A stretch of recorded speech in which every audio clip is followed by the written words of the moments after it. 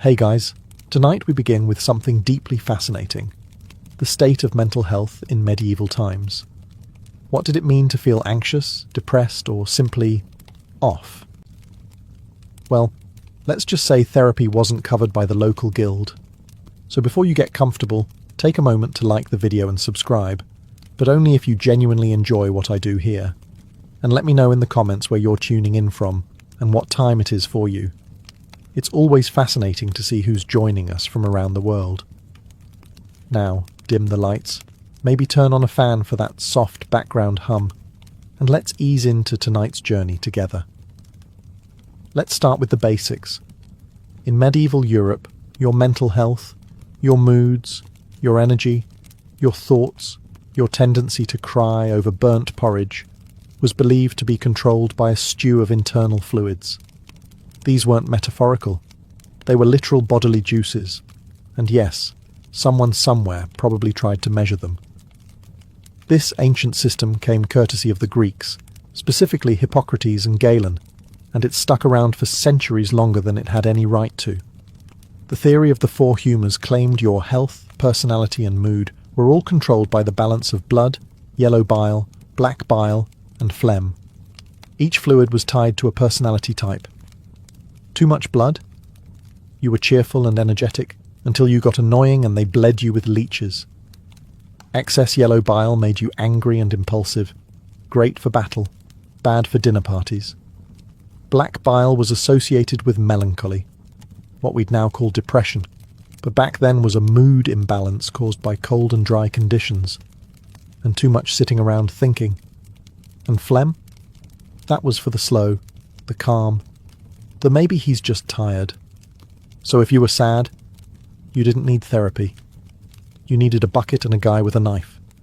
The preferred cure for emotional distress was bloodletting, a fun little procedure where someone opened a vein and hoped it made you feel better before you passed out. If that didn't work, you might be prescribed laxatives, because obviously, when your soul hurts, it's your bowels. Physicians, and we're using that word generously here, would diagnose you by asking probing questions like, do you feel moist or dry today? They might examine your urine, consult the stars, or smell your breath. The conclusion: always the humours. You were either too hot, too cold, too wet, too dry, or simply too difficult to treat without divine intervention. It's worth remembering that these weren't fringe beliefs. This was mainstream medicine for centuries. So when you imagine a medieval person having a panic attack, don't picture a concerned friend offering tea. Picture a man with a robe, a chart of fluids, and a very sharp knife saying, let's drain the sad out.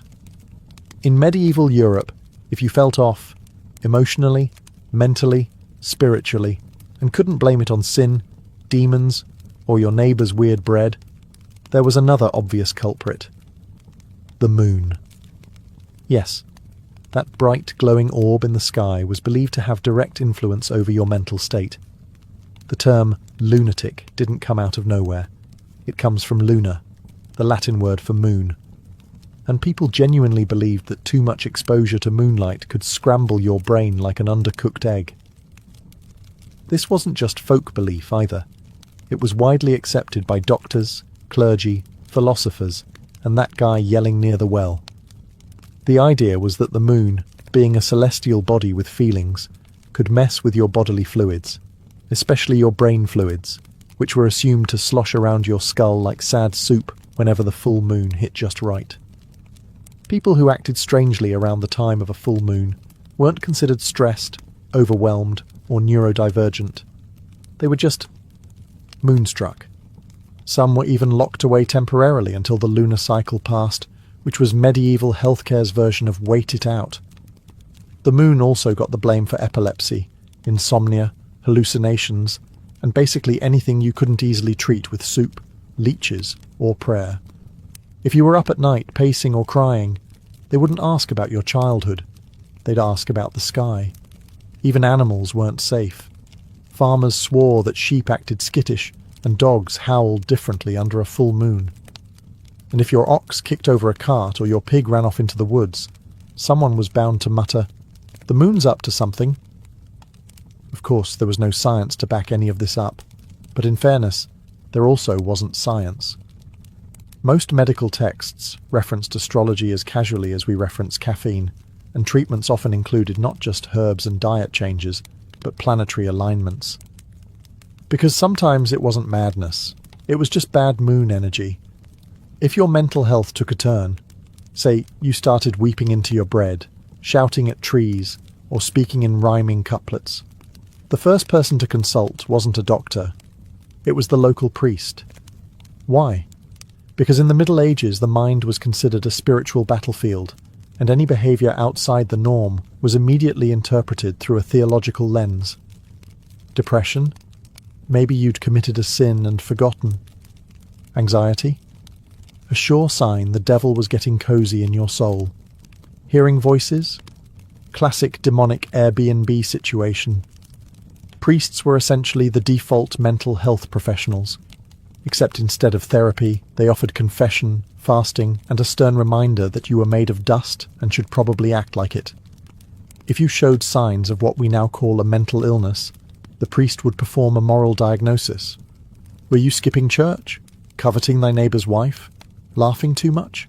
Yes, that was suspicious. If so, your condition might not require herbs. It might require repentance. For more extreme cases, like hallucinations, mutism, or erratic behaviour, the church had more robust tools. These included prayer vigils, pilgrimages, and, in special cases, minor exorcisms. You know, just to make sure your sadness wasn't a demon in disguise. Can't be too careful. Even routine emotions were under suspicion. Excessive joy could be seen as vanity. Deep sadness, sloth of the soul, also known as acedia, which was basically spiritual depression, treated with psalms and guilt. If you were melancholic, you weren't in need of support. You were morally slippery and possibly just not trying hard enough. The irony? Many people genuinely found comfort in the church's explanations. In a world without neuroscience, the idea that suffering had cosmic meaning was oddly reassuring. It gave structure to chaos, even if the treatment was a bit chant-heavy. Still, if you had a mental health issue in the Middle Ages, your best hope wasn't compassion. It was a priest with a decent bedside manner and a low threshold for demon accusations. So you've been hearing voices, having visions, or just talking to your soup too fondly. In today's world, you might get therapy, or at least a wellness podcast recommendation. In the Middle Ages, you got an exorcism. Yes, the preferred treatment for many mental disturbances was not medication or rest, but a firm and theatrical spiritual eviction. The logic was simple. If you were acting weird, it probably wasn't stress or trauma. It was Beelzebub making himself at home behind your eyeballs. And he wasn't paying rent. Exorcisms came in two varieties. The minor kind, which was basically an intense prayer circle with holy water and muttering, and the major kind, which was more of a live performance with a cast of one very nervous patient, one heavily robed priest, and a backup choir of concerned monks humming in Latin. The rituals varied, but the essentials remained consistent.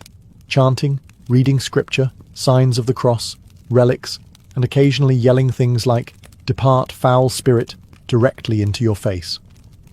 If you happened to flinch, that was seen as evidence it was working. If you didn't flinch, they just chanted louder. Some records describe afflicted people being tied down, sprinkled with salt, or forced to drink holy water. Others were made to fast for days beforehand, which, to be fair, could drive anyone to strange behaviour. One unfortunate soul reportedly had demons smoked out of his ears using burning sage, frankincense, and what we assume was a deep misunderstanding of ventilation. And if none of that worked, you were either deemed beyond help or tragically misdiagnosed as simply being naturally wicked. Not all exorcisms were terrifying, though.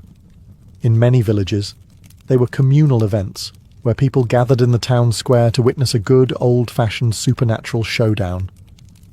Think of it as medieval spiritual theatre. Part religious ritual, part entertainment, part neighbourhood gossip starter. But in truth, most people who underwent exorcisms weren't evil. They were just overwhelmed, traumatized, neurodivergent, or unlucky enough to have a panic attack near a bishop. Let's say you weren't quite disturbed enough for an exorcism, but still deeply troubling at dinner. You wept for no reason, forgot your own name on occasion, or spent a bit too long staring at firewood philosophically. In this case, your treatment wouldn't involve ropes or shouting, just a lot of praying. Possibly while being locked in a room. This was known in some circles as the gentle approach to mental health. You'd be told that your condition was spiritual in origin and could be overcome through self-reflection, discipline, and, of course, relentless repentance. Essentially, medieval mental health care boiled down to, have you tried feeling bad about it? The logic was that suffering purified the soul, so if you were already suffering mentally, clearly you were halfway there. Monks and nuns, some genuinely compassionate, others just chronically overworked, might guide you through periods of meditative silence, prayer vigils, fasting, and sleeping on uncomfortable surfaces until either the devil left or you forgot what happiness felt like. Some people voluntarily entered monasteries as a kind of medieval retreat centre. These weren't quite spas, more like spiritual timeout chambers. You got a cell, a Bible, and 8 hours of daily chanting. Occasionally, you'd also get stew. Whether this helped mental illness or simply masked it with religious exhaustion is still debated. And then there were the relics. Feeling unwell? Touch the bone fragment of a saint? Trouble sleeping? Sleep near a vial of martyr's blood? Sad for no reason? That's what the toe of St. Euphemia is for. The idea was that holiness was contagious, like kindness, or fleas. Now, to be fair, this was the closest thing to compassionate care in many places. Unlike exorcisms or beatings, the prayer-based route didn't usually involve injury. Just lots of chanting and being told your thoughts were problematic. Sometimes monks genuinely helped people through community, quietude, and structured routine. Other times, they just told you to fast and hope for divine clarity by sunrise. Let's say your condition went beyond moody sighs and occasional candle staring. Maybe you'd started wandering barefoot through town mumbling about angels, or loudly debating theology with barn animals. At that point, the medieval response wasn't a support group. It was a stone room with one window and no doorknob on your side. Enter the monastic cell, or as some historians delicately put it, protective isolation. These cells were tucked inside monasteries or churches and were considered a form of mercy, emphasis on considered. You wouldn't be chained or tortured, hopefully, but you would be firmly encouraged not to leave, sometimes for years. The space was simple, bare walls, maybe a straw mat, and if you were lucky, a little window through which food, mostly cold gruel, would arrive twice a day. Human contact was rare, because the working theory was that your madness was contagious, emotionally, spiritually, or atmospherically. You weren't entirely forgotten, though. Monks might offer prayers for your soul. Occasionally, a kindly brother might bring herbs or read psalms outside your door in a tone that suggested you weren't the worst thing they'd seen that week.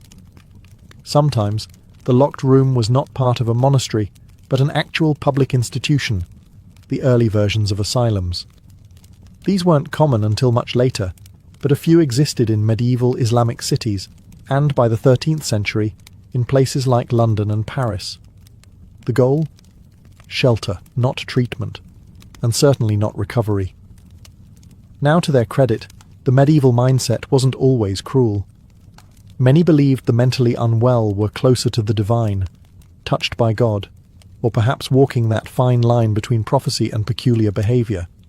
But practically speaking, locking someone away for their own good was just easier than figuring out what to do with them. Families often begged monasteries to take in afflicted relatives, promising donations in return. The alternative was trying to explain to the neighbours why Uncle Thaddeus was shouting Latin in the cabbage patch again. If you were a woman in medieval Europe and found yourself overwhelmed, irritable, or tearful, perhaps after your 11th child or your 3rd husband with plague breath, congratulations, you were probably diagnosed with hysteria, Now, diagnosed is doing a lot of heavy lifting here. Hysteria wasn't so much a diagnosis, as it was a blanket explanation for, this woman is behaving in a way that makes men uncomfortable. Crying too much? Hysteria. Not crying enough? Suspicious, possibly a witch. Expressing opinions, ambition, or fatigue? Definitely a uterus problem. The term itself comes from the Greek hystera, meaning womb. The theory, and brace yourself, was that a woman's uterus could become unmoored and wander freely about the body, causing trouble wherever it went.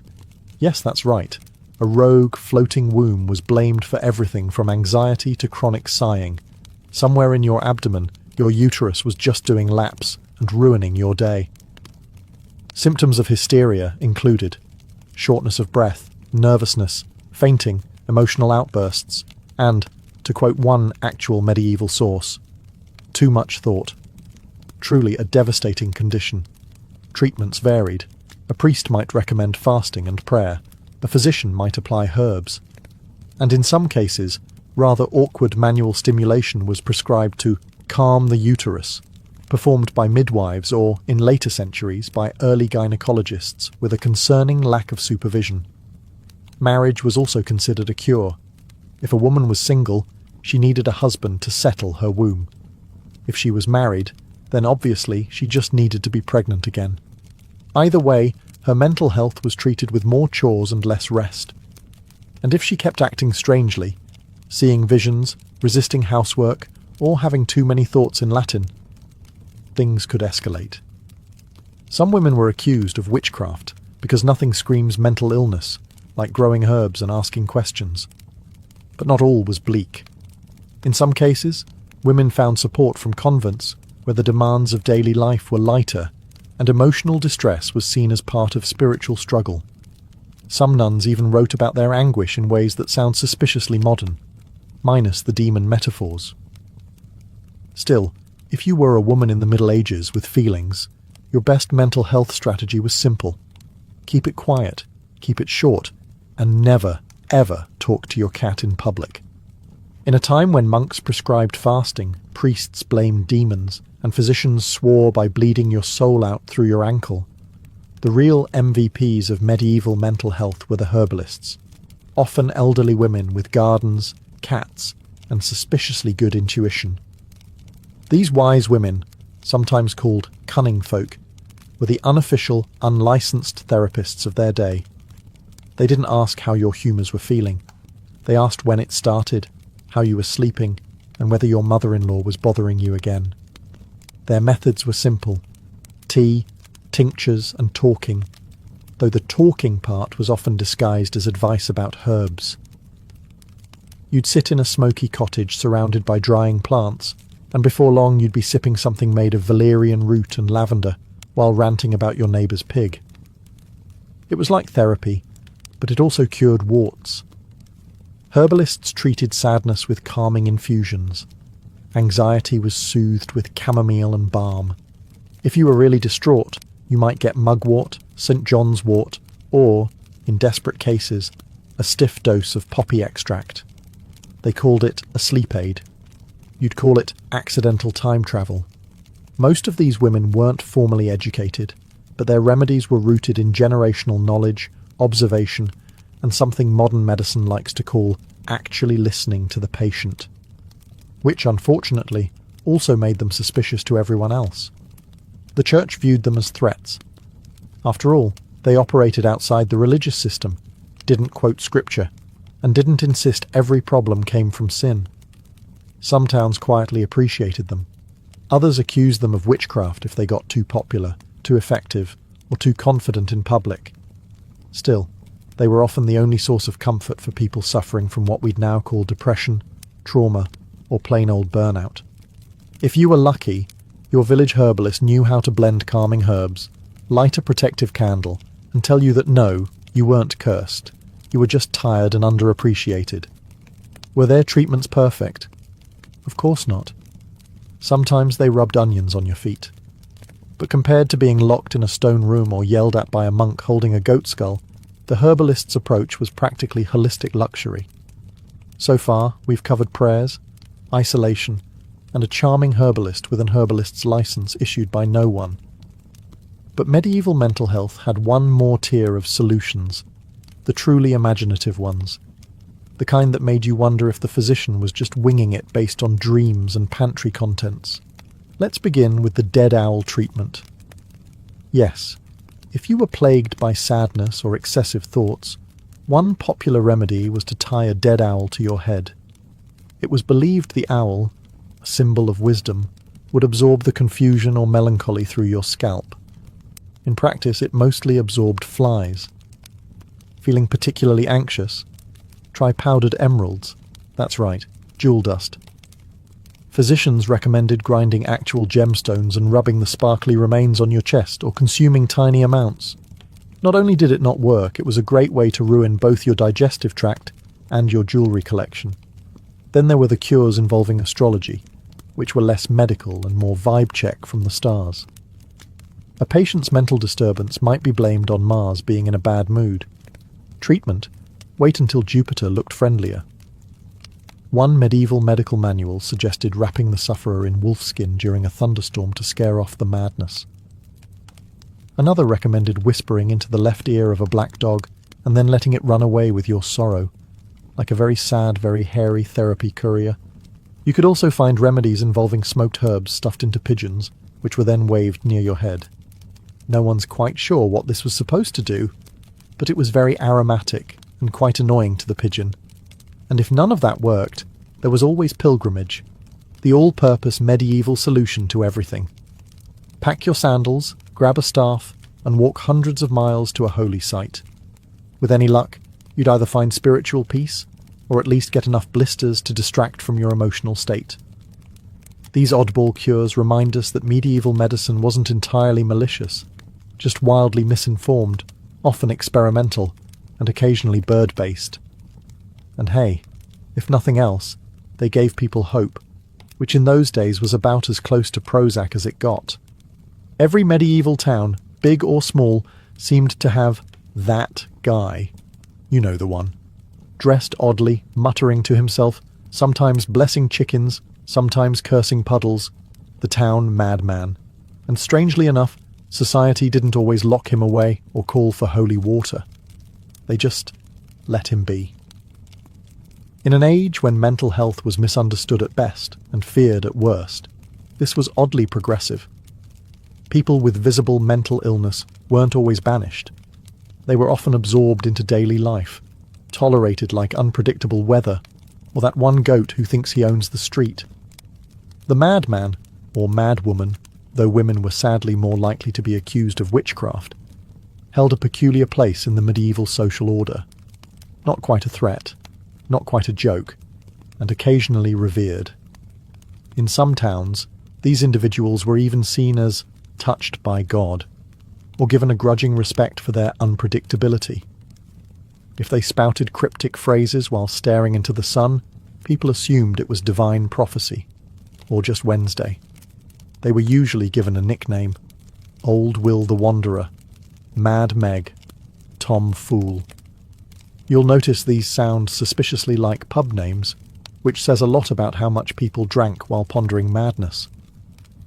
These individuals often lived on the fringes, sleeping in abandoned mills, church porches, or literal barrels, Diogenes style. Townsfolk would sometimes give them food, or shoes, or just a wide berth. Children were told not to stare, which of course meant they stared constantly. Occasionally their strange behaviour would lead to small acts of charity. A baker might leave out crusts. A blacksmith might repair a bent walking stick. Medieval communities, for all their superstition, could be surprisingly compassionate, especially when guilt and the fear of eternal damnation were good motivators. But if the madman's behaviour got too loud, too violent, or too unsettling, patience ran out. Then came the priests, the isolation, or worse.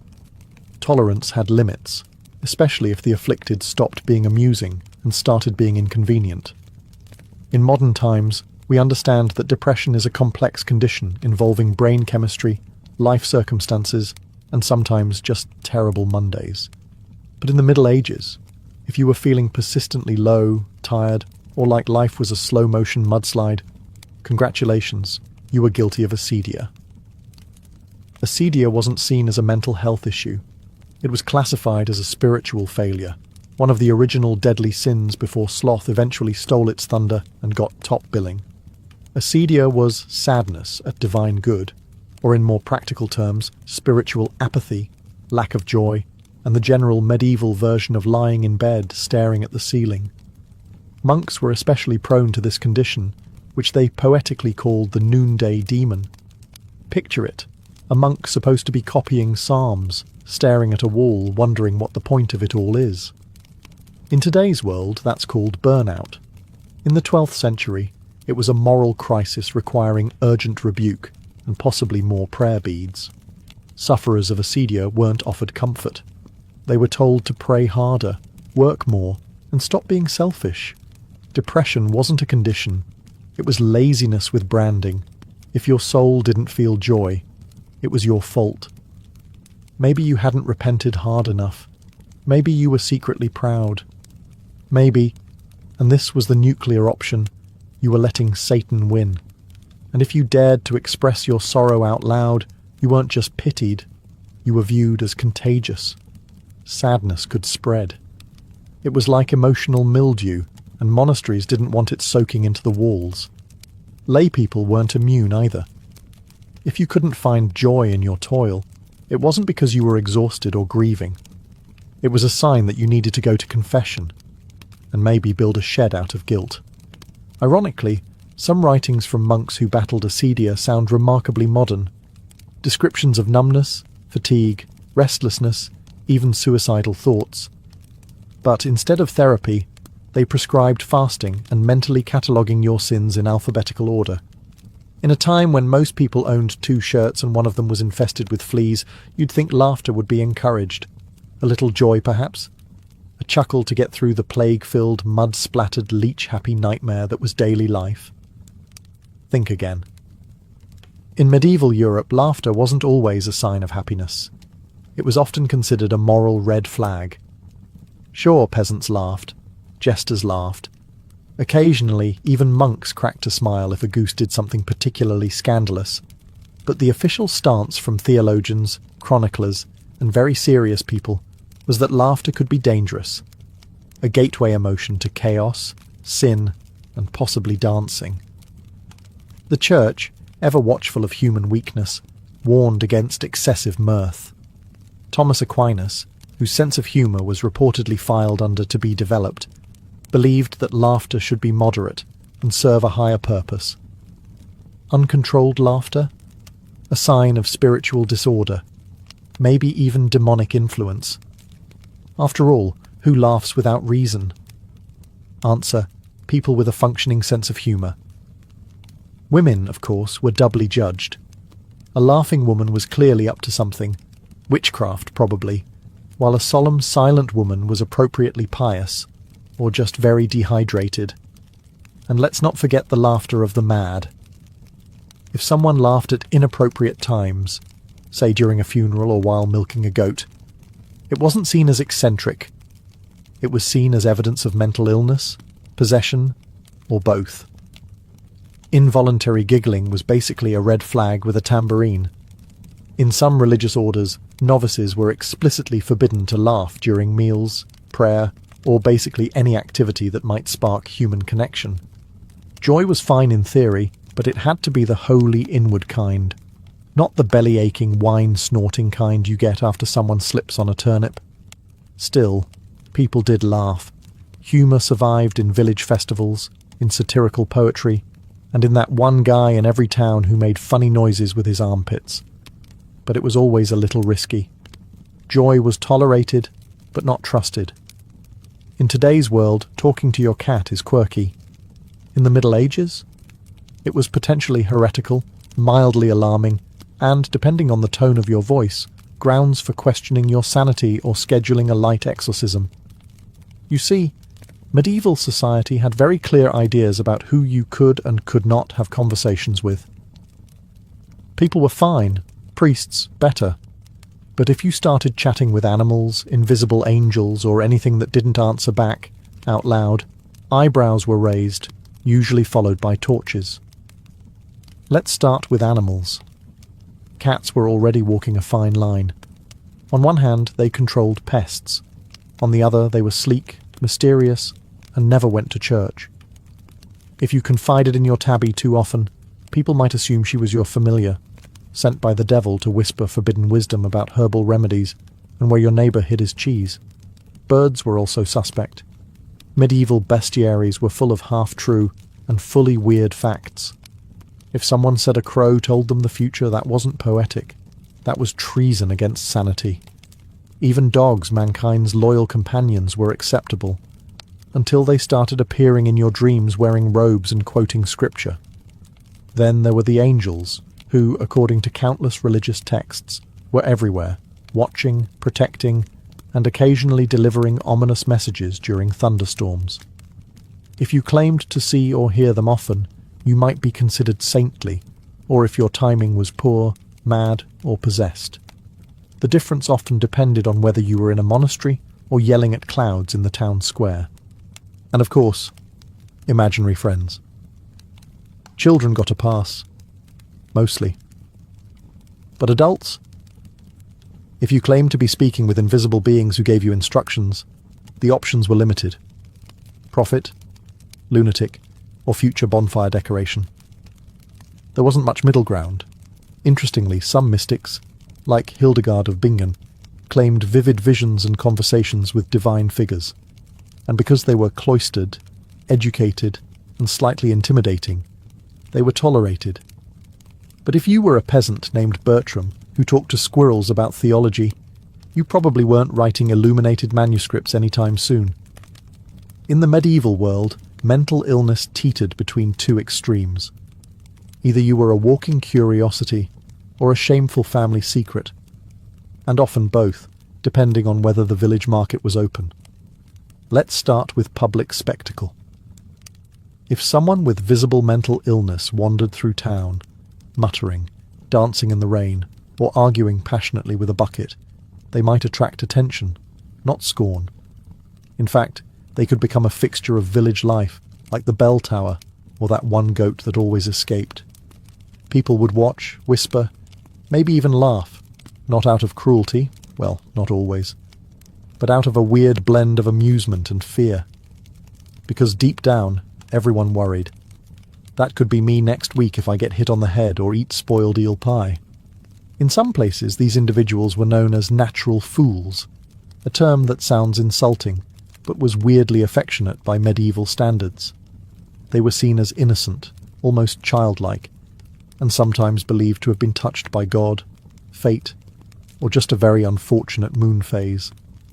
You could end up with food, shelter, and a nickname. It wasn't ideal, but in a world without therapy, it beat being locked in a tower. But for families, not so charming. If your relative was quietly struggling, maybe depressed, withdrawn, or plagued by what we'd now call anxiety, it was often handled as a private matter, which, in medieval terms, meant don't talk about it, ever. Shame was a powerful social currency, and a troubled mind in the household could reflect poorly on the whole lineage. Some families kept afflicted members hidden. Others sent them to monasteries or pilgrimage routes, hoping divine geography would work where herbal tea had failed. In some sadder cases, people were disowned entirely, especially if they were seen as disruptive or, worst of all, embarrassing at weddings. Public mental health care barely existed. Shame filled the gap where support systems should have been. No clinics, no community outreach. Just a mix of whispered prayers and pretending everything was fine. By the end of the Middle Ages, somewhere around the late 15th century, give or take a plague, things started to shift. Not quickly, not gracefully, but if you squinted hard enough, you could spot the early signs of humanity inching toward compassion, one confused scholar at a time.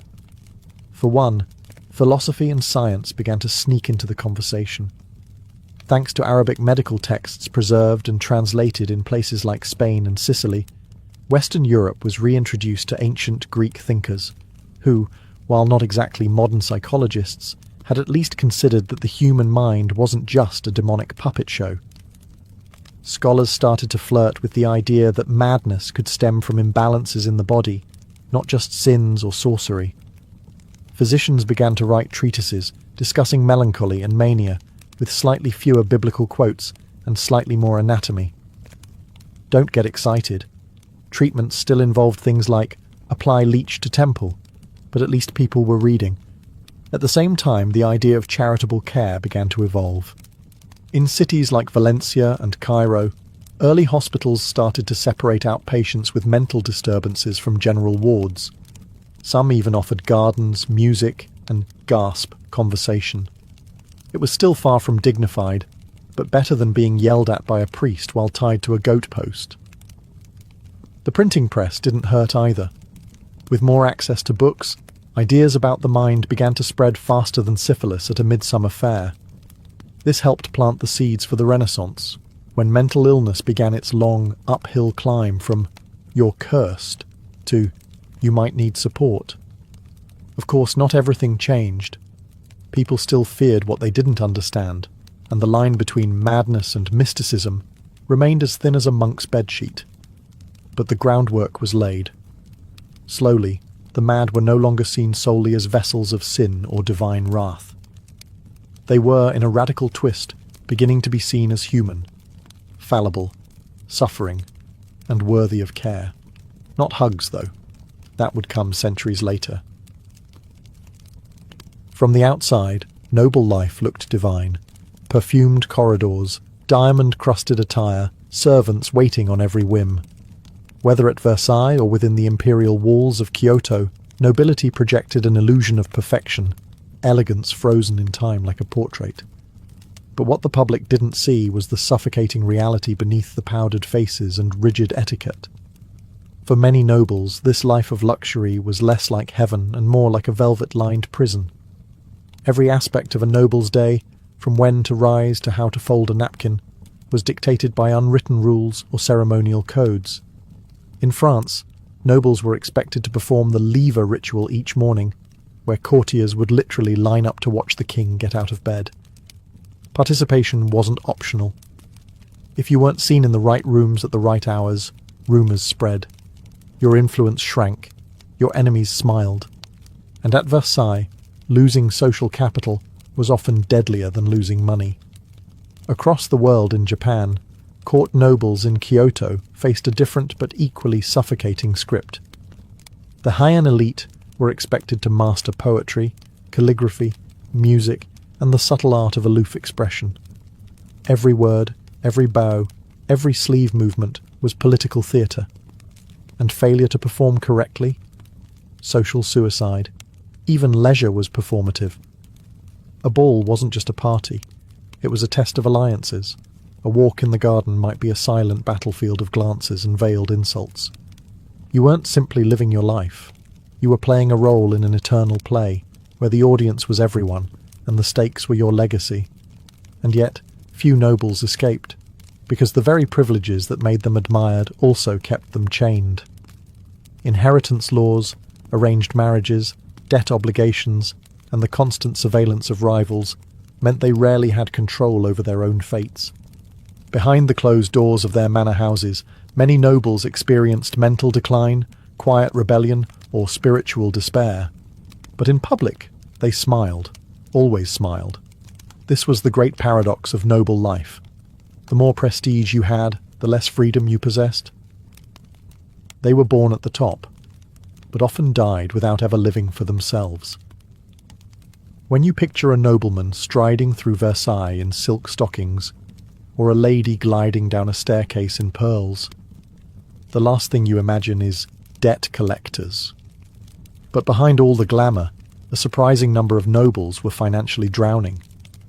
It turns out that maintaining the illusion of wealth was more expensive than actual wealth itself. At Versailles, appearances were everything. A noble might spend more on a new waistcoat or ball gown than on maintaining an entire estate. Why? Because fashion was currency. If you didn't keep up, you vanished. politically, socially, and eventually financially. Courtiers would gamble enormous sums, not just at cards, but on horses, land speculation, and high-stakes alliances. Many nobles mortgaged ancestral estates to fund one more season of social relevance. And the king didn't help. Louis XIV, in particular, kept nobles close, not just physically, but economically. He encouraged extravagant spending at court to keep them dependent, distracted, and loyal. A ruined noble was a controllable noble. In England, the aristocracy wasn't much better off. During the Georgian era, lords and ladies often lived in opulent townhouses in London, financed entirely on credit. Tailors, wine merchants, and milliners were expected to wait months, sometimes years, for payment.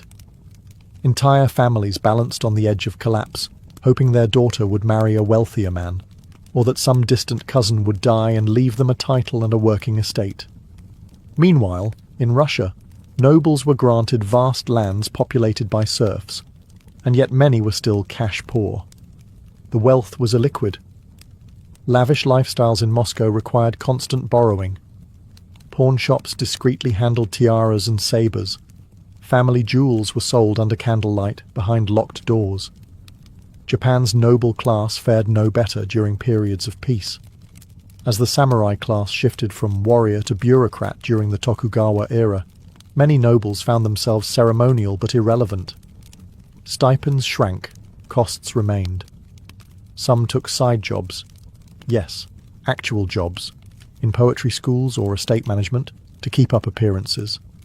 But admitting financial hardship was a dishonour, so debts piled in secret. The lesson? Nobility wasn't about financial stability, it was about the performance of wealth. And often, that performance came at a soul-crushing cost. Scandal was the unofficial second language of the nobility. Affairs, duels, secret children, whispered betrayals. The more polished the public image, the dirtier the private truths. Nobles had power, prestige, and privilege. But what many of them didn't have? Restraint.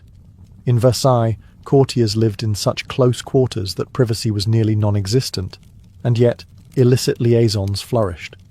Queen Marie Antoinette was endlessly accused of romantic entanglements, whether with Swedish nobles or her inner circle of ladies. Many of these rumours were false, but they stuck because everyone knew someone who was doing exactly that. The court practically ran on gossip, and scandal wasn't just tolerated, it was currency. Your name in someone else's bedroom could either elevate your influence or ruin your bloodline.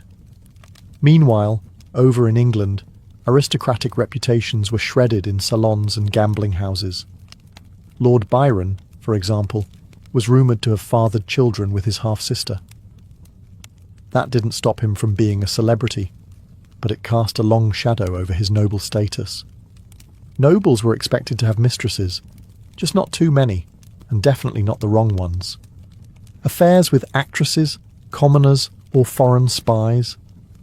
That could lead to exile, imprisonment, or in rare cases, an early grave. In Imperial Russia, the court of Catherine the Great was notorious for its openness. The Empress herself had lovers throughout her reign, often hand-picked and elevated to positions of power. But it wasn't just Catherine. Her courtiers were constantly engaged in intrigues, often mixing political manoeuvring with bedroom games. Affairs were less about love and more about leverage. Even in the refined Heian court of Japan, where restraint and poetry reigned, scandal found its way through haiku and love letters. A noblewoman might receive a midnight visitor whose identity she would never reveal. But her next poem, shared among the elite, might offer just enough metaphor to ignite a wildfire of speculation. The most dangerous scandals, though, were the ones that never made it into letters or court whispers, the ones involving treason, espionage, and betrayal of blood. These were whispered in corridors, documented in coded correspondence, and buried in family archives. Because in noble life, scandal wasn't the exception, it was the wallpaper. Beautiful, intricate, and always hiding cracks underneath. For all their earthly power and luxury, nobles were often tormented by a far less visible force, the crushing weight of spiritual uncertainty. They had everything, yet still wrestled with existential dread. Being born into privilege didn't grant clarity about the afterlife, morality, or divine purpose. In fact, it often made things worse. In Catholic France, guilt clung to the corridors of palaces like smoke. The same nobles who attended Mass daily might also indulge in debauchery every night. Confession was routine, but more for social performance than true penitence. Still, many nobles, especially as they aged, were haunted by their sins. Some turned toward mystics and visionaries, desperate for answers. Even Louis XIV, the Sun King himself, grew more devout in his final years, racked with fear over his worldly indulgences and the wars he'd waged. Across Europe, nobles funded churches and monasteries not just out of piety, but insurance. In their minds, a new chapel might buy them a cleaner conscience. 1,000 candles lit in their name could offset a life of intrigue and excess. Some retreated into monastic life altogether in old age, swapping velvet robes for hair shirts. In Orthodox Russia, things were more intense. Nobles were expected to uphold both political and spiritual order, yet many wrestled with doubt, especially during the turbulent reigns of czars who declared themselves chosen by God, even as they ordered purges. Some nobles sought answers in secret prayer circles or turned to fools for Christ, holy wanderers who renounced wealth and comfort to speak uncomfortable truths. These odd mystics sometimes served as the only outlet for aristocrats facing spiritual crisis. Meanwhile, in feudal Japan, the samurai nobility hybrid class often found themselves torn between Confucian ethics, Shinto rituals, and Buddhist detachment. Some nobles turned to Zen, hoping meditation would silence their inner turmoil. Others composed poetry not just for art's sake, but as spiritual catharsis. Still, the tension between duty, honor, and the impermanence of life gnawed at them. When a noble committed seppuku, it wasn't always about shame. Sometimes it was about spiritual release. Despite their silks and titles, nobles were often profoundly lost. Surrounded by ritual and grandeur, many still stared into the void, wondering if any of it truly mattered. Behind the masks of status, their souls were whispering, and sometimes screaming, for peace. In the age before smartphones and email, the most dangerous thing a noble could send wasn't an assassin. It was a letter. Ink on parchment could undo a dynasty, expose an affair, or spark a revolution. And nobles, despite their outward elegance, were compulsive correspondents. They wrote everything down: secrets, longings, schemes, prayers, love, lies. These weren't idle pen-pal exchanges. They were calculated tools of diplomacy and survival. At Versailles, every noble had a paper trail: love letters to mistresses, pleas to creditors, carefully worded flatteries to the king. And not all of it was above board. Couriers carried sealed notes laced with invisible ink or written in cipher. A wrong phrase in the wrong hands could lead to exile or the scaffold. Some nobles even had personal ciphers, alphabets invented solely for clandestine conversations. The Duke of Orleans, for instance, was known to correspond with suspected radicals during the lead-up to the French Revolution, and his letters, meticulously coded. But ciphers were never foolproof. In one legendary case, a noble's encrypted diary was decoded long after his death, revealing a hidden life of treason and betrayal. In the Habsburg courts, marriage negotiations often played out through veiled language. A letter might begin with discussion of weather and falconry, but hide deeper intentions between the lines. Parents arranged matches through polite lies. Lovers begged for elopement under the guise of visiting countryside estates. In Japan's Heian era, poetry served as code. A single waka, just 31 syllables, could convey forbidden love, rejection, or a secret rendezvous. Noblewomen were particularly skilled at crafting double-meaning verses, often responding in kind within hours. These exchanges were delivered by discreet messengers, sometimes servants, sometimes children, always sworn to silence. During the Renaissance, some noblewomen ran entire espionage networks through their salons, writing to allies in foreign courts. In Russia, letters smuggled out of the Tsar's inner circle helped fuel uprisings.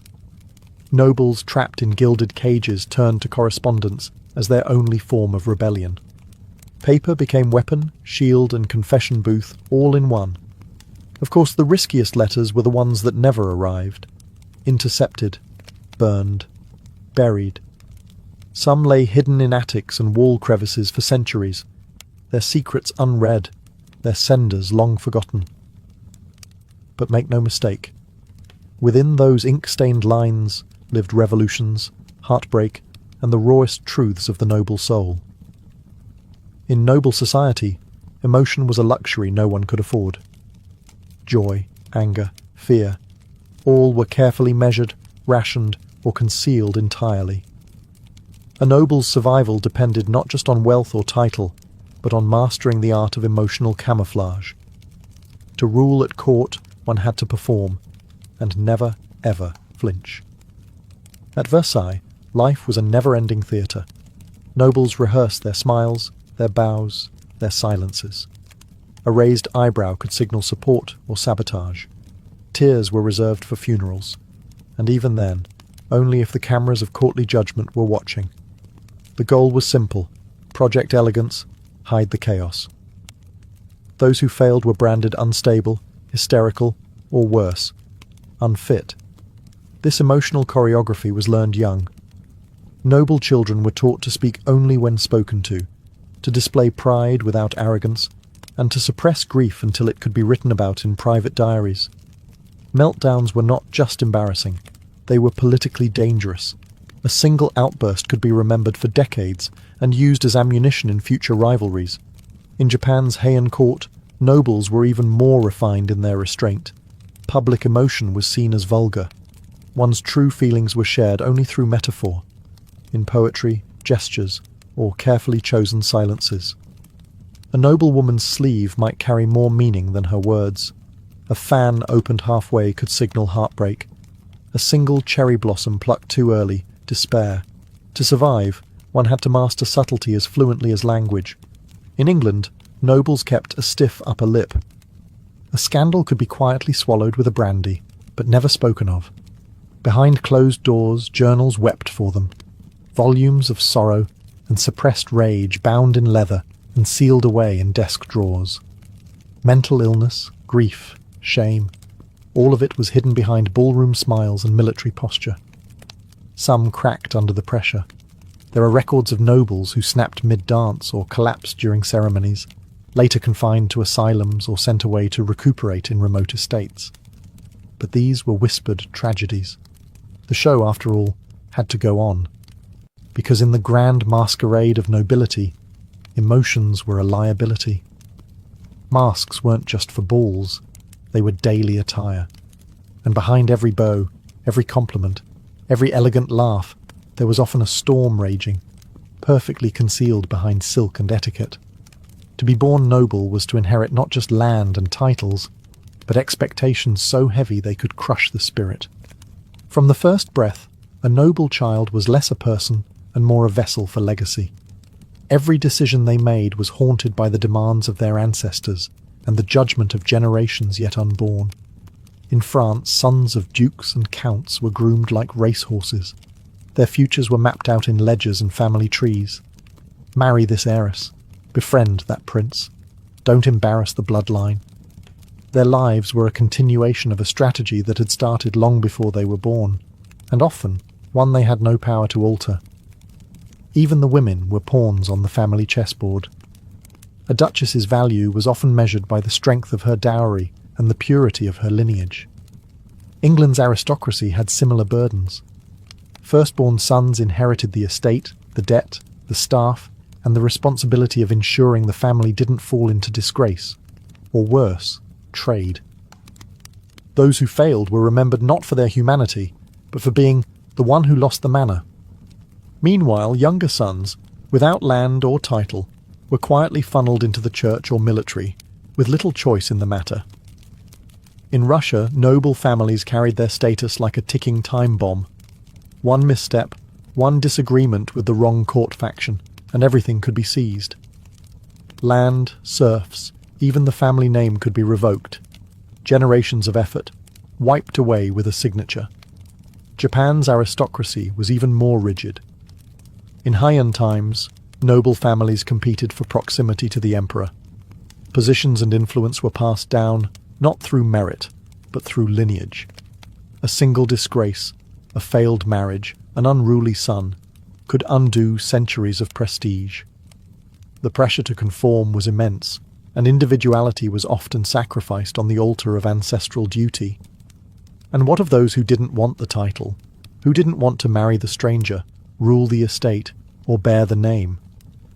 Rebellion wasn't just difficult, it was unthinkable. Some tried. Most were crushed by the machinery of tradition. The burden of inheritance wasn't just a financial or political matter, it was psychological, a crown of thorns worn under a golden halo. To be noble meant to be chained to a legacy, whether you wanted it or not. Not all nobles followed the script. Beneath layers of etiquette and centuries of family pressure, some cracked, and others resisted. But rebellion among the nobility wasn't always dramatic. There were no peasant uprisings here, no flaming torches, just quiet, subversive acts, tucked into corners of palaces, hidden behind locked doors, or disguised as tradition. In Versailles, where conformity reigned supreme, rebellion took on strange forms. Some nobles chose not to attend the king's elaborate mourning ritual, a grave offence that signalled independence. Others dared to wear colours out of fashion or commission portraits that didn't flatter. A few scandalised their families by marrying for love, not alliance. These small gestures in the world of court politics were explosive. In England, some aristocrats defied expectations by turning to art and literature. Lord Byron didn't just write poetry, he lived a life that mocked every expectation of noble restraint. Cross-dressing, travelling with lovers, scorning Parliament, his life was a rolling provocation. Less flamboyant nobles simply vanished to the countryside, retreating from London's social obligations. That alone could be interpreted as rebellion, a refusal to play the game. In Russia, quiet dissent took more dangerous forms. Some nobles supported revolutionary ideas under the radar, disguising radical philosophy salons as harmless poetry gatherings. Others helped serfs escape or gave them educations, treasonous acts under the Tsar's rule. These weren't loud revolutions, but quiet betrayals of a broken system. Japanese nobles had even subtler means of rebellion. A poorly timed poem, a gift with a hidden insult, refusing to shave one's head in mourning. All of these could be read as rejection of ritual. Some noblewomen resisted their arranged marriages by falling in love through poetry, subtle yet scandalous. Others withdrew into religious life, not out of piety, but protest. And then there were those who simply disappeared, nobles who faked illness to avoid court, who buried themselves in dusty libraries, pretending to be too engrossed in astronomy or botany to deal with courtly nonsense. Their retreat wasn't weakness, it was defiance. These rebels rarely made history books, but their choices, however quiet, chipped away at the illusion of perfect obedience. Not all nobles followed the rules. Some whispered no, and that, in their world, was louder than any scream. For all the grandeur and posturing, nobility was obsessed with one thing above all: legacy. Not the kind you feel, the kind you can engrave, paint, parade, and pass down. Portraits in oil, family crests etched into marble. Vast estates with names longer than some novels, every ball, battle, and betrothal was part of an unending project to be remembered. But here's the uncomfortable truth: most of them weren't. Yes, we remember the monarchs. The kings who launched wars, the queens who lost their heads. But the average noble? Forgotten. Their elaborate rituals, their infighting, their expensive shoes, vanished like breath on glass. What remains are fragments, unsigned letters, crumbling estate walls, cryptic mentions in estate ledgers. The grand story of the aristocracy isn't one of eternal glory, it's one of selective survival. In France, the revolution didn't just end lives, it erased entire bloodlines from memory. Portraits were defaced, names were banned. The aristocracy who obsessed over how history would view them were instead swept away by it. Some survived, sure, by changing names, hiding jewels in fireplace bricks, or fleeing to foreign courts. But their legacies were not what they had intended. They became cautionary tales, not immortals. England's nobles fared better, legally protected, land-rich, institutionally embedded. Yet even they were not immune to irrelevance. Once buzzing estates now sit in ruin. Dust covers tapestries that once cost fortunes. The great names? Many dissolved through scandal, poor marriages, or just time. A line with no heirs is a legacy with no future. In Japan, the aristocracy was eventually replaced in importance by the military class, the samurai and shogunate. The elaborate poetry, the court rankings, the ceremonies faded. And though a few families trace their roots to ancient noble houses, the modern world rarely cares. Even the proudest names became museum labels. And what of those who tried to control the narrative? Commissioning epic biographies, dictating memoirs, sponsoring churches. They too are subject to history's selective memory.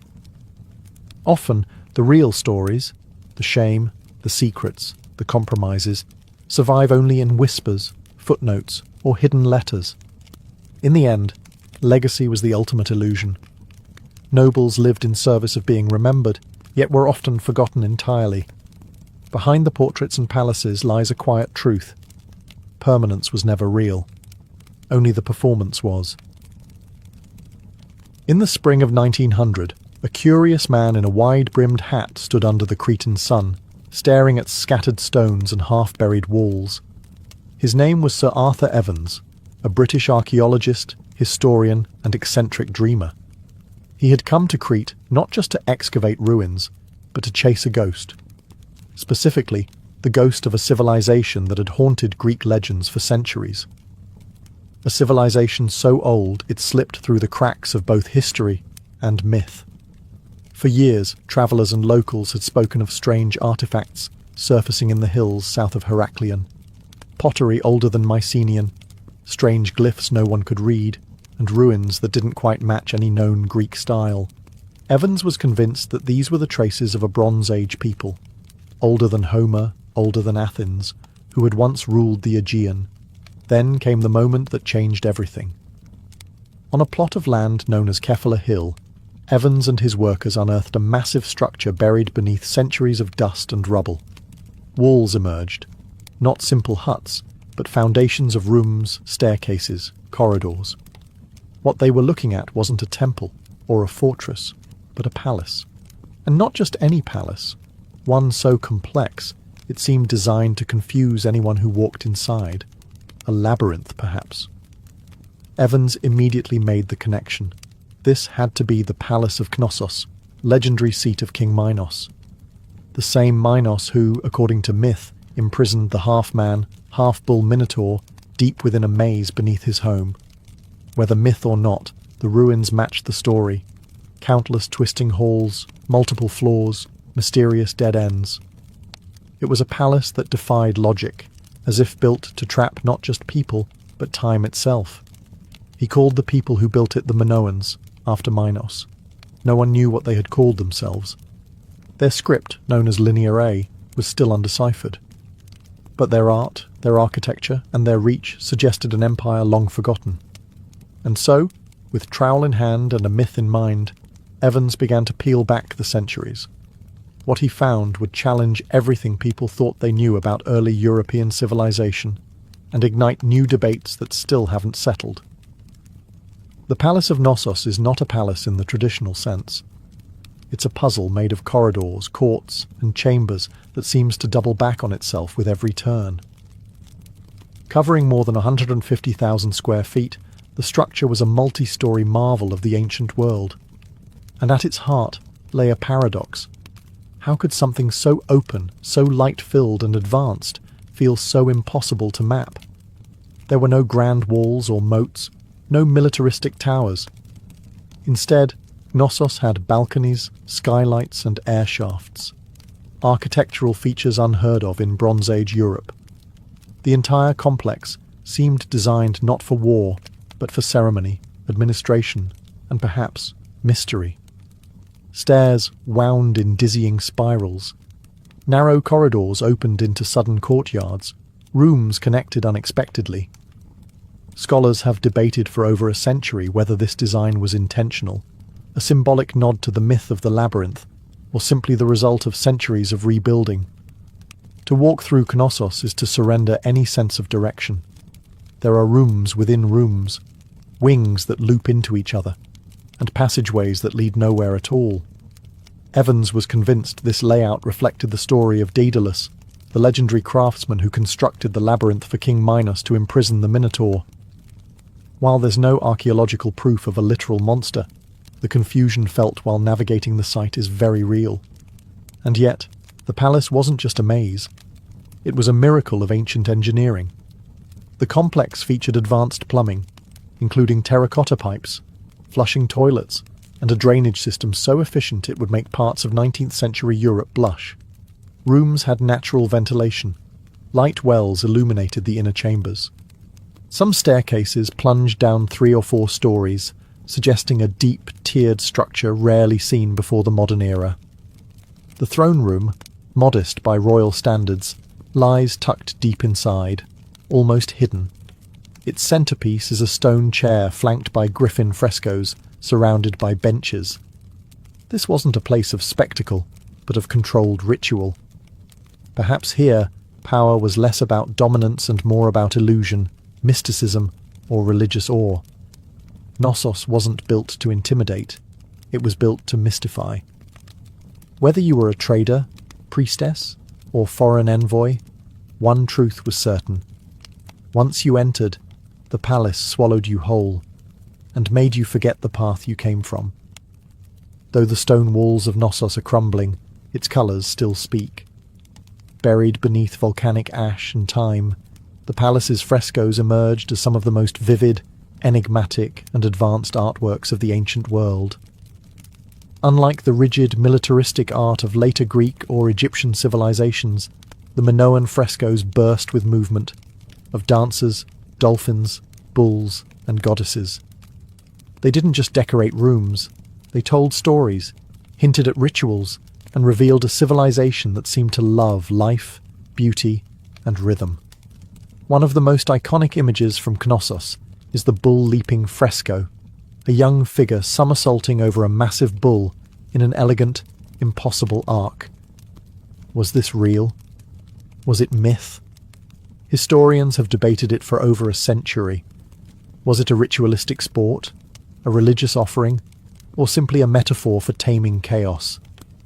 Regardless of its meaning, the image captures something essential about Minoan life, a dance with danger, with grace at its core. Elsewhere, the walls bloom with lilies and crocuses, monkeys and birds, spirals and waves.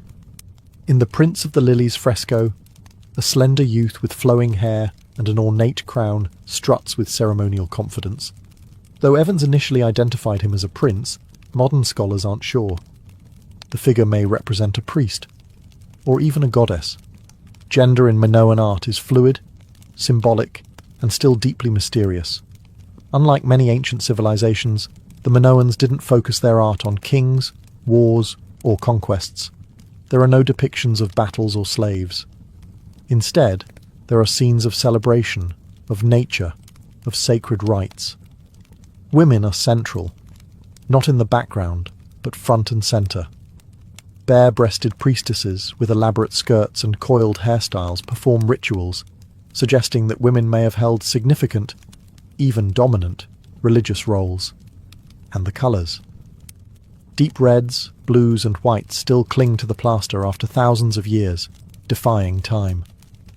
The vibrancy of the artwork hints at a society that not only valued aesthetics, but understood their emotional power. These weren't just pretty paintings. They were symbols of cosmic order, human joy, and spiritual reverence.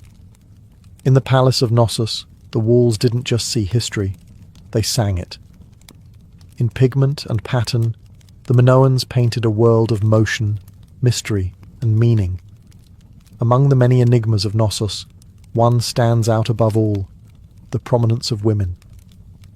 Unlike many contemporary societies where women were confined to the margins, the Minoans placed them at the centre, literally and symbolically.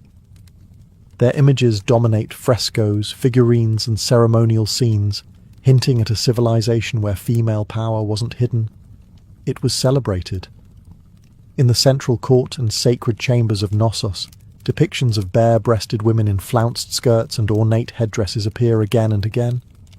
These weren't submissive figures tucked behind kings. They were front and centre, arms raised in blessing, holding serpents, surrounded by symbols of fertility, animals, and divine energy. Scholars believe many of these women were priestesses, intermediaries between the mortal and divine, responsible for overseeing rituals that touched every aspect of Minoan life. One of the most famous artifacts from the palace is the snake goddess figurine, a woman with a piercing gaze, holding serpents in both hands, with a feline perched on her head. Was she a deity? A high priestess? A representation of female sovereignty? We may never know, but her image tells us volumes about the spiritual hierarchy of Knossos, and who may have stood at its peak. In contrast to the pharaohs of Egypt or the kings of Mycenae, no clear Minoan male ruler has ever been identified in the art. No grand statue of a king, no battle scenes glorifying a warlord. It's led many scholars to suggest that Minoan society may have been matriarchal, or at least unusually egalitarian for its time. Women likely held power in both religion and possibly governance, guiding seasonal festivals, managing temples, and performing state rituals. Even the architecture reflects this balance. Rooms believed to be used by high-ranking women, with direct access to shrines, light wells, and private staircases, suggest they moved freely through the palace. Some frescoes depict women gathering in ceremonial processions, dressed in vivid garments, their posture commanding, not deferential. In Knossos, femininity wasn't confined, it was divine. Whether as priestesses, leaders, or symbols of renewal, women weren't secondary to Minoan culture. They were the culture, its voice, its vision, and possibly its soul. Knossos was not just a royal residence, it was a stage for the sacred. Every corridor, courtyard, and chamber seemed to pulse with spiritual intent. From underground crypts to sun-drenched altars, the palace was built not merely for living, but for communing with the divine. And while no Minoan holy book survives, the architecture itself whispers of rituals that shaped their world. The palace featured dozens of small shrines and ritual rooms, many of them tucked into secluded corners or carved deep below the ground. These weren't places for mass worship. They were intimate, mysterious, and likely restricted to the priestess elite. One chamber, often called the lustral basin, features a sunken tub-like structure at the base of a narrow staircase, not meant for bathing, but likely for purification rites. Perhaps initiates descended in silence, cleansed by symbolic waters before entering sacred ceremonies. The central court, vast and open to the sky, was likely the heart of public ritual. Here, hundreds might have gathered for seasonal festivals, celebrating fertility, renewal, or the turning of the year. The rhythmic sound of drums, the twirl of dancers, the chants of priestesses. Knossos was alive with ceremony. And always present in these rites was the bull, that powerful symbol of energy, virility, and the natural world. Throughout the palace, bull horns, stylized and massive, were placed atop walls and entrances. These horns of consecration, as Evans called them, marked sacred thresholds. Paired with the bull-leaping imagery found in frescoes, it's clear that this animal held deep religious meaning. Some believe a live bull may have even been part of certain rituals, not in brutal sacrifice, but as a partner in a spiritual performance, meant to mirror the eternal dance of chaos and order. The double axe, or labrys, was another symbol often associated with sacred spaces in Knossos. Found carved into pillars and walls, it may have been a tool, a weapon, or a divine emblem. Its frequent pairing with female figures further supports the idea of a goddess-centered religion. No temples in the traditional sense exist at Knossos. Instead, the palace itself was the temple, every stairwell a procession, every chamber a chapel. It was a place where the spiritual and political were one, and where sacredness was woven into the very walls. Amid the frescoes, altars, and labyrinthine chambers of Knossos, archaeologists uncovered something even more puzzling: writing. Hundreds of clay tablets inscribed with symbols that no one, to this day, can fully understand. This was Linear A, the script of the Minoans, and one of the last great undeciphered writing systems of the ancient world. Discovered during Evans's excavations, Linear A looked superficially similar to another script found in Mycenaean Greece, known as Linear B.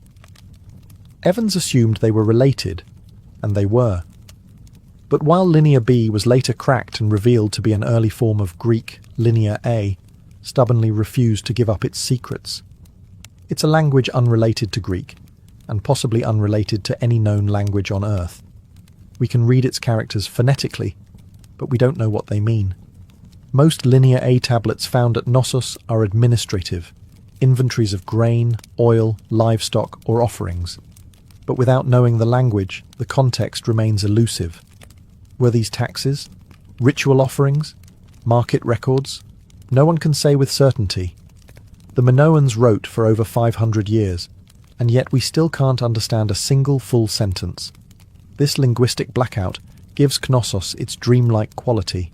It's like listening to music through a wall. You can sense the rhythm, the energy, the intent, but the lyrics are forever muffled. We can see their rituals in art, their architecture in stone, but their thoughts remain sealed. Linear A was written with a stylus on soft clay, then baked by accident, preserved only because the palace was destroyed by fire. Without that disaster, their words might have dissolved long ago. Ironically, the burning of Knossos gifted us with the only surviving fragments of Minoan language. Some scholars believe Linear A might one day be deciphered, especially if bilingual texts are found, much like how the Rosetta Stone cracked Egyptian hieroglyphs. Until then, we're left with isolated symbols: a man, a bull, a jar, a sun. Meaningless, and yet hauntingly familiar. Knossos, for all its colour and complexity, speaks to us in silence. Its language sits just beyond reach, reminding us that some of history's greatest voices still wait to be heard, buried not in earth, but in mystery. The Palace of Knossos, once a beacon of art, architecture, and ritual, did not vanish in a single cataclysm. Its fall was not swift, but layered, a slow unravelling of a civilization whose power once seemed eternal. And like so many ancient collapses, the truth behind Knossos' downfall is a tapestry of fire, water, and whispers of war. Around 1450 BCE, something changed. Suddenly, across Crete, Minoan palaces and towns began to burn. Knossos, curiously, did not fall immediately. Instead, it was reoccupied. But the frescoes changed. The writing on the clay tablets shifted from Linear A to Linear B, not Minoan, but Mycenaean Greek. This suggests that the Mycenaeans, the rising power from the mainland, had either invaded or taken control peacefully after a catastrophe weakened the Minoans. Whatever the method, Knossos was no longer ruled by its native people. One theory points to the eruption of Thera, a volcanic explosion on the island of Santorini, just north of Crete, around 1600 BCE. This cataclysm was one of the most powerful in recorded history, devastating the region with earthquakes and tsunamis. The resulting chaos may have crippled the Minoan economy, wrecked their ports, and weakened their influence, leaving them vulnerable to invasion or internal collapse. Others argue for a gradual economic and political decline. As trade routes shifted and rivals grew stronger, the centralized power of Knossos may have fractured. The palace, once buzzing with activity, became more administrative, more subdued. Ritual gave way to record-keeping.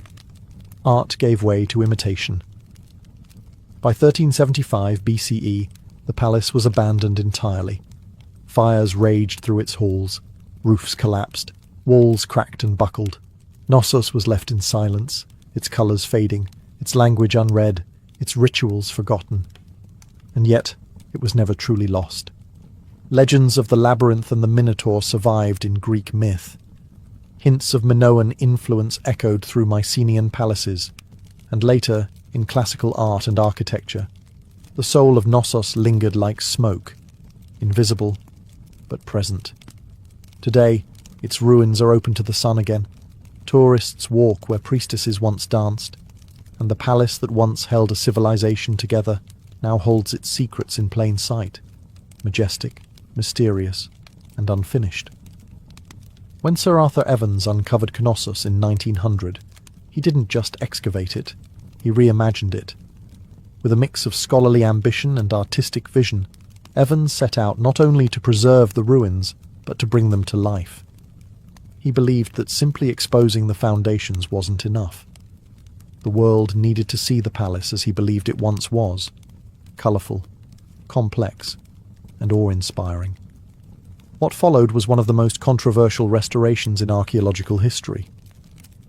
Using concrete, a material completely alien to the Bronze Age, Evans rebuilt sections of the palace with modern methods.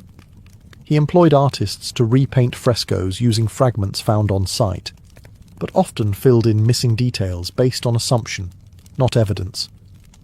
Balconies were reconstructed. Columns were restored not in dull stone, but painted red with black caps based on Evans's vision of Minoan aesthetics. Rooms were roofed, walls were replastered, and the ancient palace slowly became a hybrid, part ruin, part Edwardian fantasy. Some applauded his boldness. Without Evans, they argued, Knossos might have remained just another tangle of unremarkable ruins. His reconstructions made the site accessible, educational, and emotionally compelling. Visitors could walk through halls that felt alive, see murals bursting with colour, and visualize the world of the Minoans with more clarity than ever before. But others saw it differently. Critics accused Evans of overstepping, of imposing his own interpretation on a civilization we still barely understand. The frescoes, for instance, were sometimes almost entirely invented, based on small shards of original paint. Whole sections of the palace, such as the famous throne room, may have been assigned functions they never had. By shaping the ruins to match myth, Evans may have blurred the line between archaeology and storytelling. Today, Knossos is both a marvel and a monument to the complexities of historical reconstruction. Evans' vision cannot be separated from the site. His concrete structures still stand, his artistic interpretations still colour the walls. But visitors walk through Knossos with a dual awareness of what the Minoans might have built and what a passionate archaeologist believed they did. In trying to bring Knossos back to life, Evans may have given us two palaces, one ancient, buried in the earth, and one imagined, standing boldly above it. Today, the Palace of Knossos stands not only as a ruin, but as a bridge between myth and history, imagination and evidence, Europe and the ancient world. Long after its last ritual was performed and its halls fell silent, Knossos continues to fascinate, mystify and provoke. Its very existence challenges our assumptions about early civilization and forces us to confront how little we still know. The palace helped redefine the timeline of European history. Before its discovery, most scholars believed that advanced civilization began with the Greeks. Knossos rewrote that narrative. Here was a culture flourishing 1,000 years earlier, with plumbing, urban planning, international trade, and symbolic art. The Minoans, centered at Knossos, were not primitive. They were sophisticated, expressive, and deeply spiritual. But Knossos's legacy is inseparable from its mythology. For millennia, the story of the Minotaur in the labyrinth was dismissed as fiction, a fable to frighten or entertain. And yet, When archaeologists unearthed a palace with hundreds of rooms, corridors that looped and twisted, and symbols of bulls carved into stone, the line between myth and history blurred. Perhaps the legend was not invented, but remembered, filtered through generations until only fragments survived. In modern times, Knossos has inspired not just scholars, but writers, artists and architects. Its double axes, horned symbols, and sinuous frescoes have appeared in fashion, sculpture, and even science fiction. The idea of a hidden, ancient civilization beneath the Mediterranean still fuels imaginations. A vision of a time when power didn't mean pyramids or conquest, but beauty, ritual, and balance. Yet Knossos also reminds us of fragility. The palace fell, its language was lost, its people vanished, and its meaning, its real, original purpose, is still debated. Every interpretation is a mirror, reflecting not just the past, but what we want to believe about it. Walk its halls today, and you stand where priestesses once prayed, dancers once twirled, and children once laughed. You stand at the heart of the oldest palace in Europe, a place that lived between sunlight and shadow, between architecture and myth. Knossos may never give up all its secrets, but in its silence it still speaks, of mystery, memory, and the deep, labyrinthine path of civilization itself. Lucius Domitius Ahenobarbus was born on December 15th, 37th CE, a child of privilege, but also of poison. His lineage was imperial, tangled in the Julio-Claudian dynasty that ruled Rome with both splendor and suspicion. His mother, Agrippina the Younger, was the sister of Emperor Caligula, great-granddaughter of Augustus, and one of the most cunning political players of her time. His father, Gnaeus Domitius Ahenobarbus, was known for arrogance and cruelty. It was said that when someone congratulated him on the birth of his son, he muttered, "Nothing could be born from me and Agrippina but something monstrous." Whether that was a prophecy or just bitterness, time would tell. At just 2 years old, Nero lost his father to dropsy, or possibly to poison. In a Rome where alliances were fatal and ambition was a blood sport, Agrippina now found herself a widow with a child and no real power. But she was patient. She watched as her brother Caligula spiraled into tyranny and was murdered by his own guards. She kept quiet as Claudius, the stammering, bookish uncle, was lifted to the purple robe. Then she made her move. By 49 CE, Agrippina seduced Emperor Claudius, her own uncle, and married him. She wasn't subtle about her goals. Within a year, she convinced him to adopt her son as heir, passing over his own biological son, Britannicus. Lucius became Nero Claudius Caesar Drusus Germanicus, a name fit for emperors. She arranged his engagement to Claudius's daughter, Octavia, and hired Rome's finest tutors to mould him.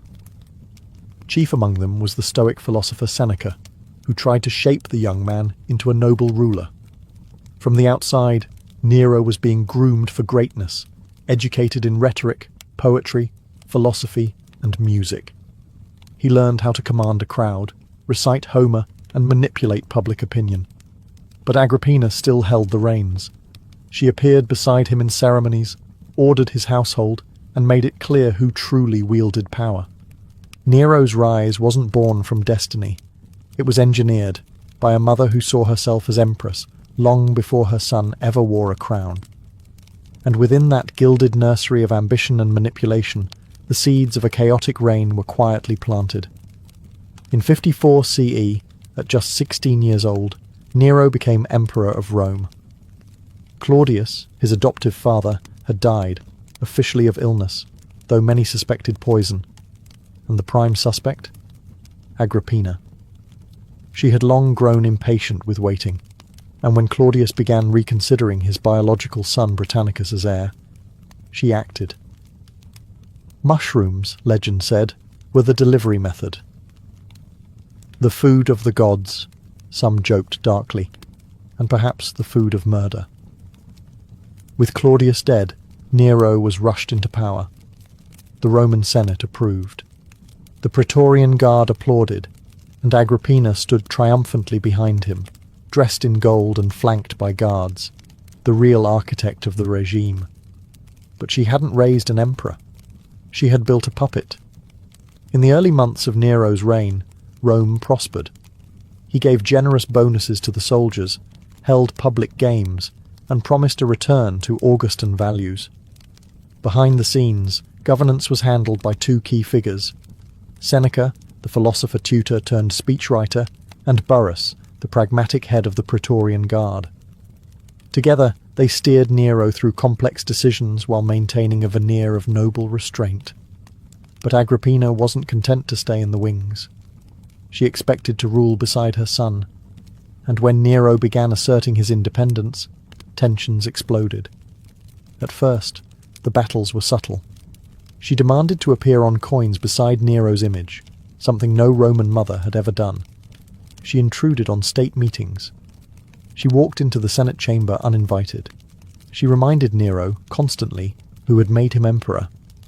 The young emperor chafed under her control. He began to surround himself with his own advisors, men of pleasure and art, not of duty. He fell in love with Acte, a former slave girl, much to Agrippina's horror. She had plans for a royal marriage, not romance with a commoner. The once close bond between mother and son began to sour. Whispers spread through the palace, of shouting matches, slammed doors, veiled threats. Agrippina, once revered as the empress maker, now seemed a looming threat. Rome had given Nero a throne, but Agrippina still held the leash, and Nero was beginning to reach for the knife. His reign had begun with promise, poetry, and applause, but behind the curtain, a family tragedy was already brewing, one that would stain the imperial purple with blood. By 59 CE, the imperial palace had turned into a battlefield, not of armies, but of wills. Nero was emperor in name, but his mother, Agrippina, still loomed like a storm cloud over every decision. She undermined his authority, opposed his personal life, and plotted in the shadows to replace him with Britannicus, the late Claudius's biological son. Nero, once the obedient boy with a lyre, had become a young man desperate to escape her grasp. He acted first. Britannicus, a legitimate threat to Nero's throne, suddenly died during a banquet. Guests claimed he choked on his wine, but the poison was so fast-acting, his death was unmistakable. Nero denied involvement. Few believed him. Agrippina certainly didn't. With Britannicus gone, Nero's next problem was his mother. She had once ruled through him. Now he saw her as a rival. Agrippina wasn't just politically ambitious, she was relentless. She met with senators in secret. She paraded noblemen she hoped to position as replacements. She made veiled threats about the Praetorian Guard's loyalties. And worst of all, for Nero, the people still loved her. Rome admired strong women when they weren't too strong. Agrippina had crossed that line. Nero first tried exile. He stripped her of her bodyguards, removed her from public appearances, and sent her to live in a coastal villa. But distance didn't silence her. She still corresponded, still whispered, still pulled strings. So Nero made a darker choice. He invited Agrippina to a grand celebration, gifting her a lavish boat for her return voyage. But the vessel had been rigged to collapse mid-sea. When the sabotaged ship broke apart, Agrippina survived, swimming to shore under moonlight. The botched attempt enraged and humiliated Nero, so he tried again. This time, he sent assassins to her villa under the pretense of an urgent message. Accounts vary, but one story says she faced her killers calmly, telling them to strike her in the womb, the place that had given birth to Nero. Her murder sent shockwaves through the empire. Nero's guilt was immediate and consuming. He couldn't sleep. He paced at night. He saw her ghost in the halls. Rome, too, whispered of the unthinkable crime, the emperor who had killed his mother. With Agrippina's death, Nero had finally broken free. But in doing so, He also severed the last tether to restraint. What followed would be a reign untethered by shame and spiralling toward infamy. With Agrippina gone, Nero was finally emperor in full. No more whispers, no more maternal oversight, just unfiltered power. But instead of channeling that power into military conquest or administrative reform, Nero turned inward. He didn't want to be remembered as a ruler. He wanted to be adored as an artist. He fancied himself a poet, a singer, an actor. He performed publicly, something no Roman emperor had dared to do. To the Senate and aristocracy, it was mortifying. In Roman tradition, the stage was reserved for slaves and foreigners. But Nero was undeterred. He trained in music and drama, demanded applause, and filled amphitheatres with forcibly enthusiastic audiences. The emperor didn't just host games, he starred in them. Nero composed verses, sang tragic arias, and recited long epics of his own creation. He prided himself on his voice, even undergoing strange treatments to preserve it, including vomiting rituals, long periods of silence, and bizarre diets. Senators sat through hours-long performances, terrified to leave their seats. Not clapping could mean exile, or worse.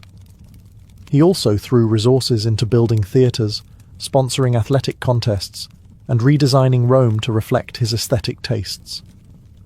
He introduced Greek-style games like the Neronia, a blend of Olympic sports and theatrical competitions, where, unsurprisingly, Nero always won first prize. His obsession with performance spilled into foreign policy. On a trip to Greece, Nero insisted on competing in every artistic contest. At the Olympic Games, he took part in a chariot race, with 10 horses instead of the standard 4.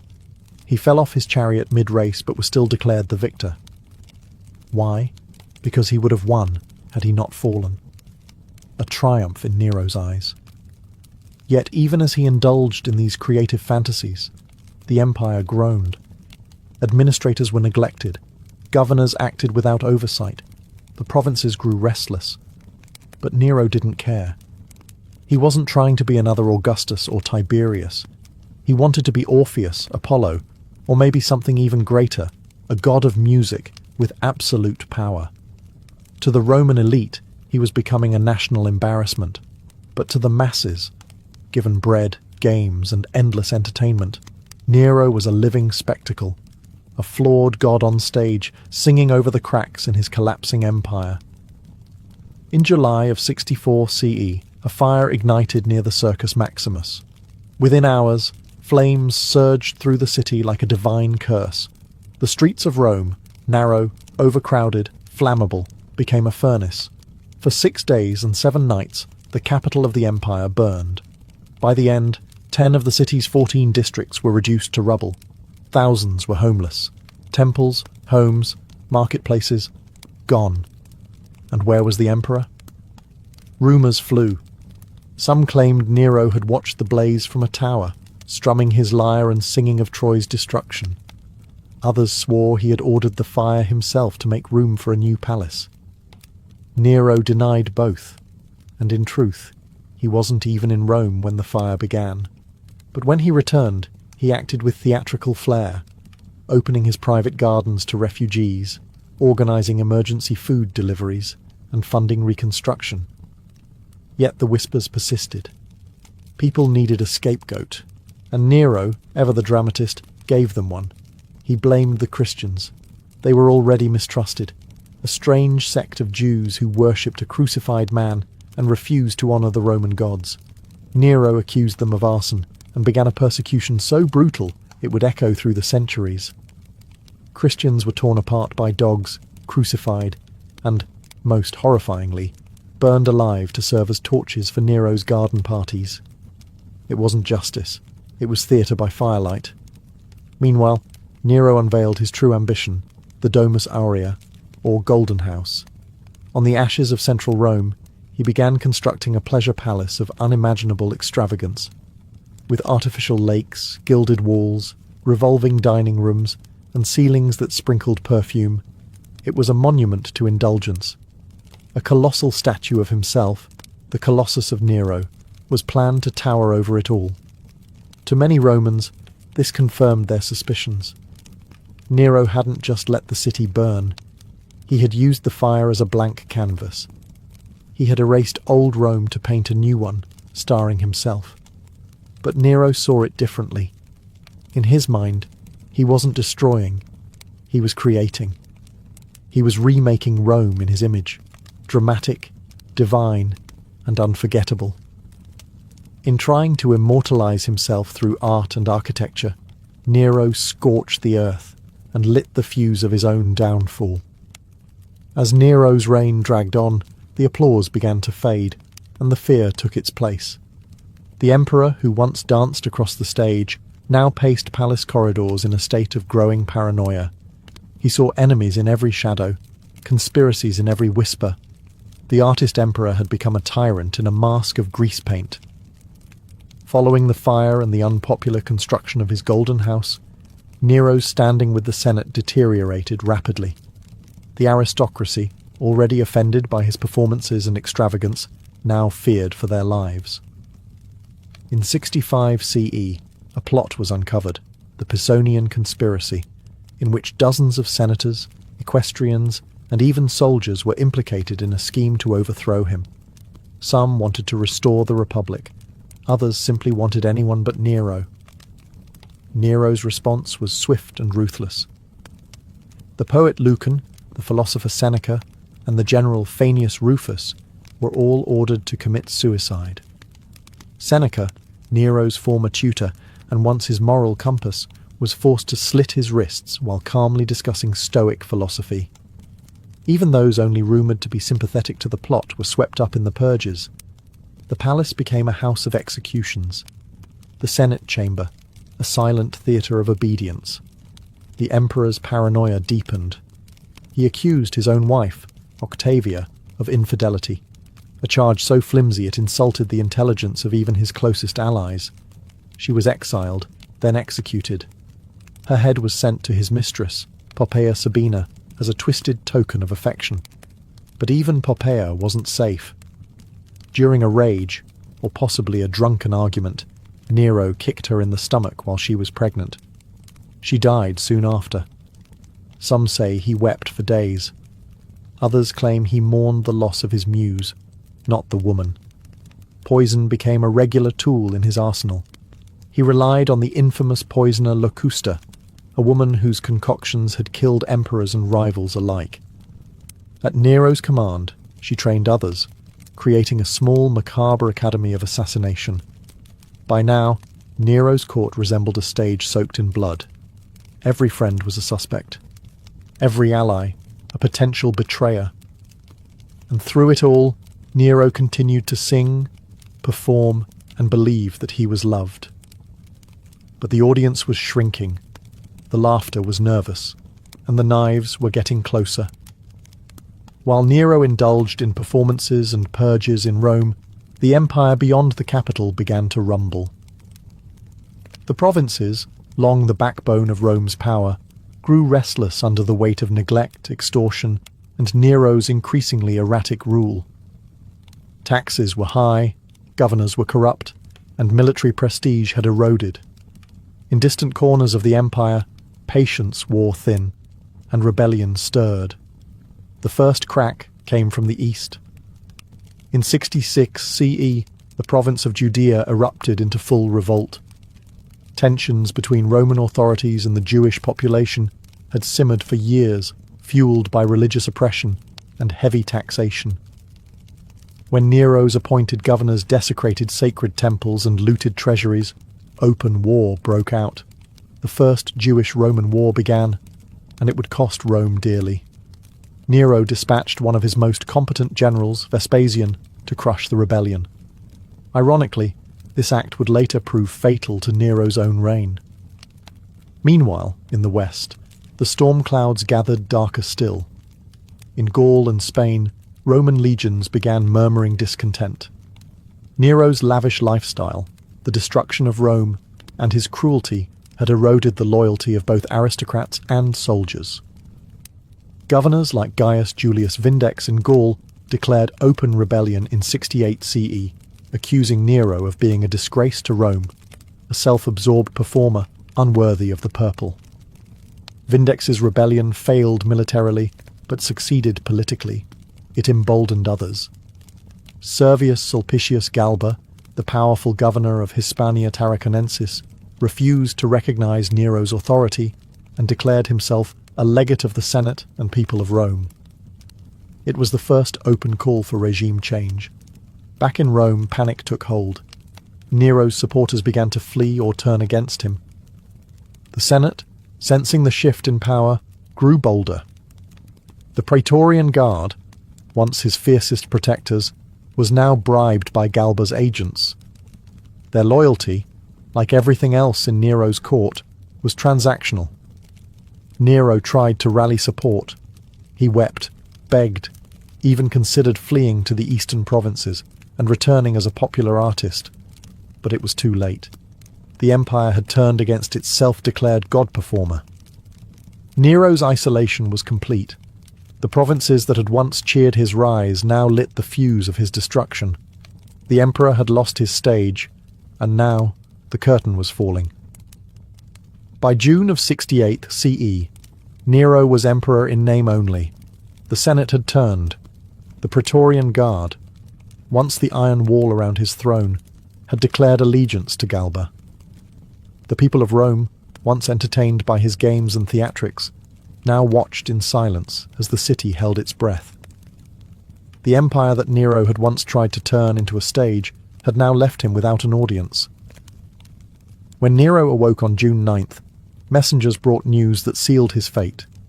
The Senate had declared him a public enemy. He was to be arrested and executed by the traditional Roman method, the poenaculae, or being beaten to death while naked, his head clamped in a forked stick. The same man who once performed to adoring crowds would now die humiliated and alone. Panicked, Nero fled Rome in disguise, dressed in rags and accompanied by a few loyal freedmen. They took refuge in the villa of his former secretary, located in the countryside outside the city. There, in a dark, overgrown garden, the last Julio Claudian emperor hid in a ditch, listening for the sound of approaching horsemen. Even in his final hours, Nero's obsession with legacy did not fade. When he heard hoofbeats in the distance, he reportedly cried out, "What an artist dies in me!" It was not Rome he mourned, but himself, his talent, his image, his tragic ending. His companions urged him to die by his own hand, but he hesitated. For all his brutality, Nero was a coward when it came to death.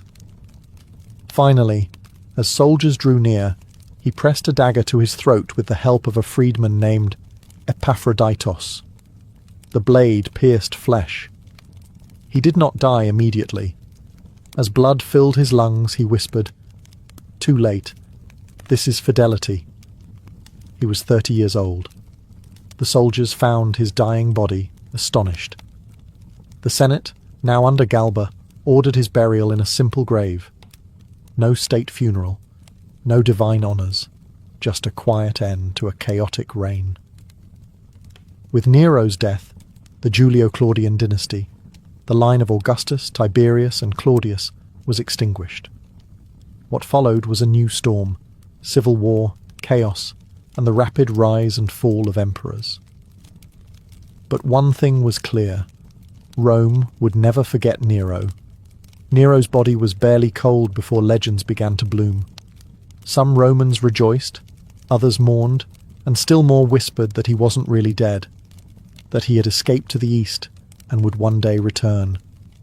Over the next few decades, no fewer than 3 impostors claimed to be the resurrected Nero, appearing in Asia Minor with lyres in hand and songs on their lips.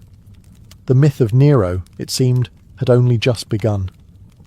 For many in the Roman elite, his legacy was clear. Nero was a monster, a megalomaniac who murdered his own mother, burned his capital, and disgraced the empire with his narcissistic performances.